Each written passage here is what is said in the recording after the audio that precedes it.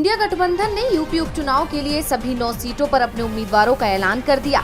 इसी को लेकर अखिलेश ने कांग्रेस और सपा के बीच सीटों के बंटवारे पर खींचतान के दावों को खारिज करते हुए ट्वीट किया। अखिलेश ने लिखा, बात सीट की नहीं जीत की है। इस रणनीति के तहत इंडिया गठबंधन के संयुक्त प्रत्याशी सभी 9 सीटों पर समाजवादी पार्टी के चुनाव चिन्ह साइकिल के निशान पर चुनाव लड़ेंगे। कांग्रेस और समाजवादी पार्टी एक बड़ी जीत के लिए एकजुट होकर कंधे से कंधा मिलाकर साथ खड़ी है। इंडिया गठबंधन इस उपचुनाव में जीत का एक नया अध्याय लिखने जा रहा है।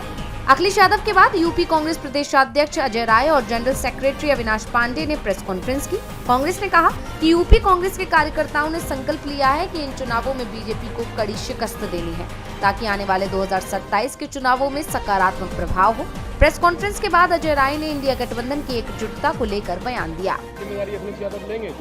देखिए, ऐसा है कि हम सब लोग मिलकर काम कर रहे हैं और निश्चित तौर से इंडिया गठबंधन एकजुट है और हम इस प्रदेश के लिए, देश के लिए जो संदेश का काम है कि आपसी भाईचारा, जिस तरीके से आपने देखा होगा कि भी जिस तरीके से बहराइच का आपने देखा कि इनके विधायक ने ही अपने कार्यकर्ताओं पर FIR कराया, तो पूरी तरीके सुनियोजित तरीके से दंगा कराना, झगड़े कराना, कानून व्यवस्था को ध्वस्त करना, ये सरकार करे। इस सब चीज़ों को दूर करने के लिए निर्णय लिया गया कि मिलकर और समाजवादी पार्टी और इंडिया गठबंधन मजबूती से लड़ेगा। यानी साफ है कि इंडिया गठबंधन उपचुनाव को लेकर एकजुट है, जिसके बाद बीजेपी की टेंशन बढ़ती हुई दिखाई दे रही है, क्योंकि इंडिया गठबंधन तो एकजुट है लेकिन एनडीए में टकराव अभी भी जारी है। ऐसे में चिंता इस बात की है कि लोकसभा चुनाव की तरह क्या इस बार भी बीजेपी को इंडिया गठबंधन से झटका लगने वाला है।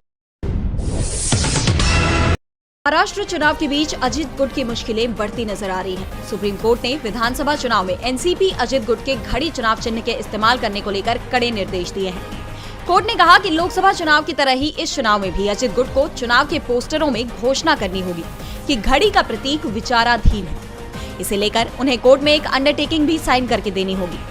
इसके साथ ही बेंच ने चेतावनी भी दी कि अगर उनके आदेशों का उल्लंघन किया गया तो वो स्वतः संज्ञान लेते हुए अवमानना की कार्रवाई करेंगे। दरअसल शरद गुट की तरफ से सुप्रीम कोर्ट में याचिका दाखिल कर मांग की गई थी कि विधानसभा चुनाव में अजित पवार को घड़ी चिन्ह का इस्तेमाल करने से रोका जाए और साथ ही दोनों एनसीपी को इस चुनाव के लिए नया चुनाव चिन्ह दिया जाए। जस्टिस सूर्यकांत, जस्टिस दीपांकर दत्ता और जस्टिस उज्जवल भुइयां की बेंच ने उनकी याचिका पर सुनवाई की। सुनवाई के दौरान शरद गुट का पक्ष रखते हुए वरिष्ठ वकील अभिषेक मनु सिंघवी ने दलील दी कि किसी को भी उस चिन्ह की मौलिकता का फायदा नहीं उठाना चाहिए जो विचाराधीन है। उन्होंने दावा किया कि अजित गुट ने प्रचार में चिन्ह के विचाराधीन होने का कोई जिक्र नहीं किया है और क्योंकि ऐसा करके उन्होंने कोर्ट के शर्तों का पालन नहीं किया है, इसलिए उन्हें घड़ी का चिन्ह इस्तेमाल करने से रोकना चाहिए। हालांकि अजित गुट की तरफ से इससे साफ इनकार किया गया और अब कोर्ट ने अजित पवार को झटका दे दिया है। मामले में अगली सुनवाई 6 नवंबर को होगी। सीटों के बंटवारे पर घमासान मचा हुआ है। बैठकों पर बैठकें हो रही हैं, लेकिन मामला सुलझ नहीं पा रहा। वहीं एनडीए गठबंधन के बीच सीटों के बंटवारे पर सहमति बनने के बाद एनडीए में खींचतान और ज्यादा बढ़ गई है। एनडीए के सहयोगी दल बीजेपी को आंख दिखा रहे हैं और बगावत बढ़ती जा रही है। ये टेंशन गृह मंत्री अमित शाह के बयान में साफ साफ नजर आई, जब दिल्ली में केंद्रीय गृह मंत्री अमित शाह के आवास पर सीटों के बंटवारे को लेकर एक बार फिर मीटिंग हुई।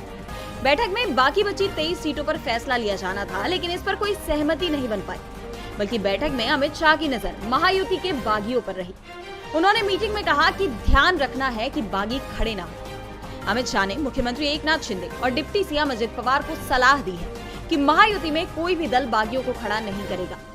अमित शाह ने तीनों दलों बीजेपी, एनसीपी और शिवसेना को एक साथ चुनाव लड़ने का निर्देश दिया है। यानी साफ है कि भगदड़ से बीजेपी डरी हुई है और यही वजह है कि सीटों पर कोई फैसला अभी तक नहीं हो पा रहा है। खासकर एमवीए में जिस तरह से सीटों का बंटवारा हुआ है, उससे एनडीए पर दबाव बन गया है। अब एनडीए के सहयोगी बीजेपी पर ज्यादा से ज्यादा सीटें देने का दबाव बना रहे हैं। इसकी एक झलक तभी दिख गई जब एक दिन पहले रात को हुई बैठक में एकनाथ शिंदे नहीं पहुंचे थे। 4 सीटों पर मचे बवाल को लेकर शिंदे गुट के नेताओं ने तो चुनाव प्रचार तक करने से मना कर दिया। इसके बाद शाह को एक और बैठक बुलानी पड़ी। माना जा रहा था कि इस बैठक में मामला सुलझ जाएगा, लेकिन बैठक बेनतीजा